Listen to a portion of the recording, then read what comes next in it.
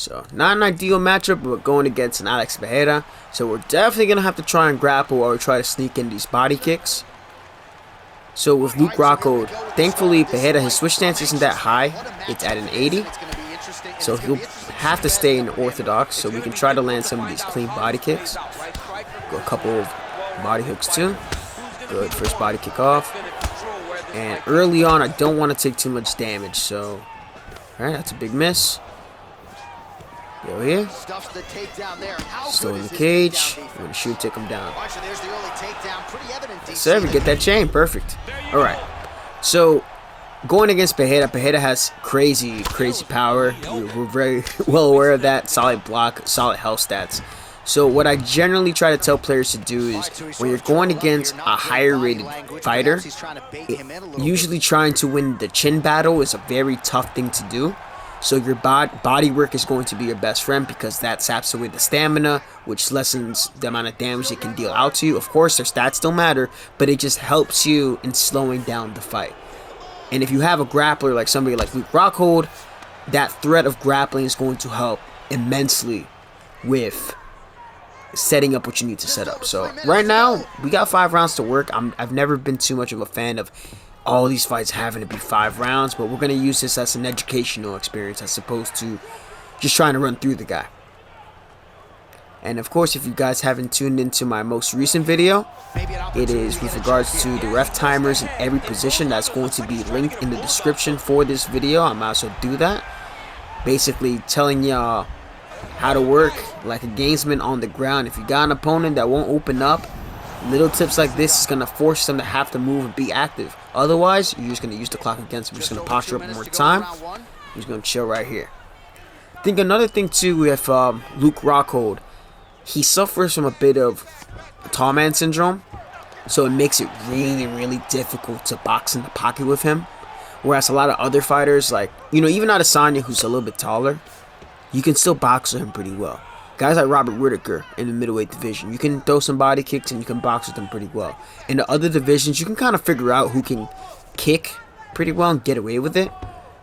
But I like the challenge of using Luke because his health stats aren't exactly that great. But we have this grappling that's a little cocked out. And what I'm hoping that the grappling will do, what I'm kind of thinking here is, look, if his hands start to go low, let's try to block the takedowns. We can start setting up shots to the head. As he starts to set up some shots to the head, we're going to be able to land some more of those body kicks that we're looking to get to. But right now, very controlled round that we got going on so far. Just picking our shots accordingly. Just going to get a little bit of gamesmanship going. I have been appreciating you guys have been tuning in a lot to the recent streams we've been going. Yeah, we're gonna finish that round pretty strong there. But streaming, I'm telling y'all, we're gonna be streaming a lot more subscriber fights, a lot more ranked stuff, help throwing in blitz battles. And yes, we're still gonna play Fortnite and get killed by chickens. Thank you, Ronald, for that video. All right, round 2. Let's see what happens. Okay, feint low. One thing I like to complement the body kick with is the body straight, body teeps, just to kind of throw us a little bit of extra flair for my opponent to worry about. Boom, perfect. You saw that? Saw that hit reaction? It's a clean body kick. Not that takedown though. It's not good. You want to build all the tools that you have to set up your body kicks. It's not enough to just throw them by itself. Against some players it may be, but look, if you're able to time them on their exits or as they're entering into range, like just right there, and I keep getting an animation, perfect, and I just baited him to throw a kick, denied that takedown, that's cool. Go for another one, no? Drop down. Denied that one, okay. Gabe ahead is working on his VJJ, let's see if we can go for it again. Got it. Some chain wrestling for y'all by the cage. But as you saw right there a little bit earlier, we landed 3 clean body kicks. A lot of times, a little tip that with body kicks is that after people tend to throw their punches, they're immediately backing up into range. If they're backing up into range, they're usually ending up right into kicking range. If you know they're not going to follow up with a 3rd strike after they finish punching, that body kick is almost free money every time. And more often than not, some players, they're going to preemptively slip, They might think that you're going to throw a front kick. They might think that you're going to throw some type of straight shot. Or they might duck. And unless they're blocking to their body as they're ducking, you're going to be able to still sneak in some good body kick damage. And the beautiful thing with Luke Rockhold, too, he has a good amount of subs off of his back, as well as the subs in dominant positions. But I'm pretty familiar with where every single submission will lead me to be. But I still have to be very careful because, you don't want to end up in bottom position with Luke outside of anything in his guard. Positions like side saddle, positions like side control, especially half guard, and definitely now, like those positions, you don't want to be taking any type of bleed through damage there. Now here, we definitely want to be here. Well, you gotta stay busy on the bottom. He's doing it here. Nice punch. Bulldog choke one more time to kill some time. He's trying to get an arm underneath the chin. He's side to side, trying to get a bulldog. We're just gonna chill. We're just gonna chill. We don't have to really pursue this much. It's about 30 seconds left in the round. You know, pretty much 30 seconds accelerating, all that fun stuff. You can just relax here. And the good thing about those body kicks, they sap away a lot. They do so much damage. The higher level that the body kick is, not only does it do more damage, but it costs a little bit less stamina.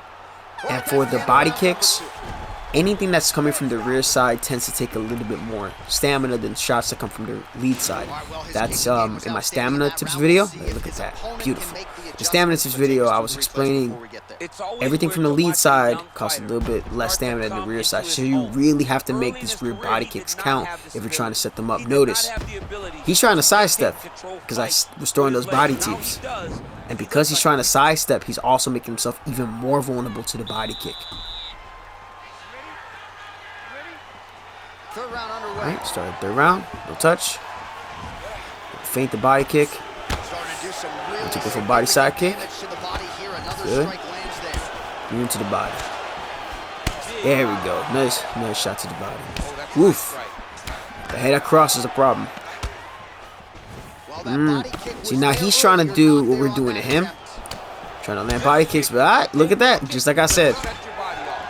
And that body kick did damage too. Despite him doing that slip hook, now that you've seen all these hit reactions, it's telling me that his body health is getting to the point where it's about to start flashing. And it just helped to set up a nice head kick.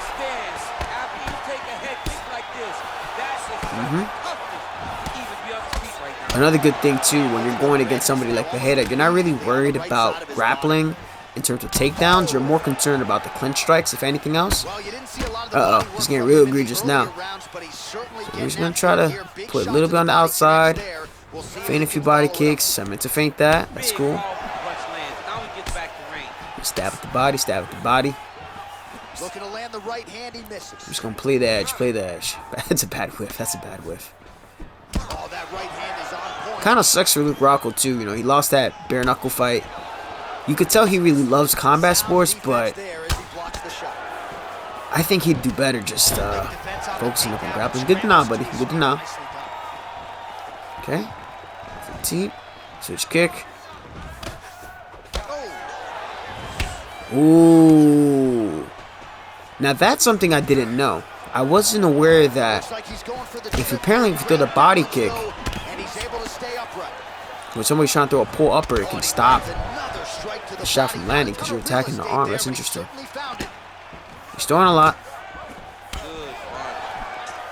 It's good. And you see all those hard whiffs. Now he's spinning. And generally, when you see players start to spin desperately like that, they kind of allow some words. He's not going to try to take me down. Jab, jab. Trying to set up the slip hook. A little bit too slow. Ooh, that almost landed. Okay. It's turned to a Beyblade now. That's cool. Angle off, angle off. Ooh, now he landed a good body kick. Y'all heard that? That one stung. Set some body uppercuts. Body uppercuts are great, both pressuring tool and anti-pressuring tool. You throw a couple of those, it's going to make somebody think twice before they enter into the range. And when I want to keep somebody at kick range, enough of those will do the job. There we go. Body rock. Spinning. You gotta be careful. You gotta watch the chin. Ho ho! Pereira is gassed. I had a feeling he was gonna front kick. I don't know why, but I just had a feeling. Okay. To the body one more time. Now the only thing that gets kind of frustrating with trying to set up body shots is that you really need to hit that sweet spot for a lot of fighters. If you're going against somebody who's put like a fucking tank like Alex here, you're not always gonna get the finish that you need or that you want. But you kind of have to really trust the process of how much you're landing instead of getting frustrated. So we're going to keep playing the outside game. He's pressuring a lot and he's trying to force his slip hook. I tell players that forward slip hook is...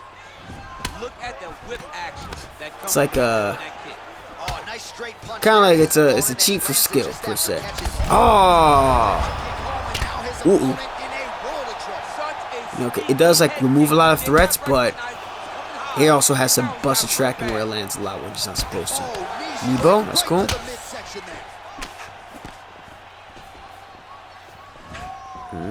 That's cool, that's cool. Fake the takedown. Like he keeps sidestepping. Alright, one more time. EA Sports just want me to finish him, that's cool.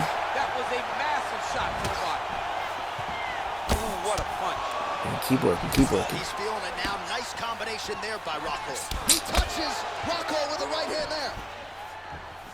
Now another thing I can be doing. See, I see he's whiffing that body cross. That's a good time to fire off the body kick too. Hook to the body blocked by Rockhold. So he's really starting to put together some significant body shots here. These are going to take their toll as this fight goes on. She's a little bit too close. Right punches there. There we go. Another stinging body kick. This is a body kick clinic. Caught one. Let's see your chakra. Ooh, ever so slightly. Oh, he might be out. Ooh, that one should have landed. Oh, straight right. Oh, another. Dude. Let's pass. Let's pass the guard. Let's pass the guard. This is how you work the body kick effectively. A lot of times with combinations and everything, you can try to body kick in combination, but body kicking in combination, the only issue with that is that when you initiate a kick and you input a kick, your short-term stamina gets shot so fucking bad that it truly ruins it. Like, you can get caught in the middle of that and you can get like super hard rocked. So it's pretty difficult to set up body kicks in combination. Right now, just going the naked body kick route where I'm just attacking this Alex every time they're stepping into punching range or about to step to the outside of kicking range is doing me a lot of justice. And you know, we got the body rock, we got a couple of drops. This is going way better. It's going pretty good. I would have liked to definitely have gotten him out of here earlier. But this is how we're tactically breaking down our opponent with somebody who, despite being a 4.5-star fighter, is severely lacking in the house stat department. Look at that. Here we got the Shiki knee. I actually dislike this a lot.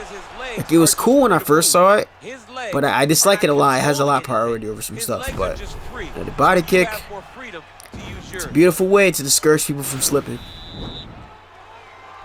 Fifth and final round. Probably gonna be no touch. Ah. And now we're gonna try to delay our timing. Still just walking forward without a care in the world. So go out. Ah, I was hoping he didn't drop. Woo. One more. We're just waiting for that moment that he steps into range. Boom! And he keeps moving. You're making this too easy, buddy. Switch back step, and we get the finish. Perfect, perfect, perfect. Yeah, and that's pretty much how to kind of get a body kick finish with not just Luke Rockhold, but that's just a means to what to look for. So if your opponent's sidestepping, if they're slipping a lot, you want to punish with the body kick as they're stepping into range, especially if you're southpaw versus orthodox, or just as they're stepping out of range after they finish throwing punches. Definitely helped that we had a dance partner that kind of helped the game plan per se, because there's only so many. You can't keep taking these type of kicks, bro. You just can't.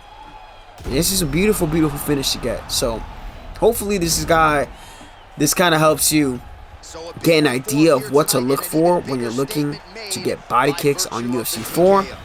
Hopefully I did a good job of also emulating Luke Rockhold to the best of my ability. And as always, I appreciate all of your support. Romero17, appreciate all the love and support. I don't really ask for likes, but definitely drop a like in the video when it drops. Appreciate y'all. I'm out.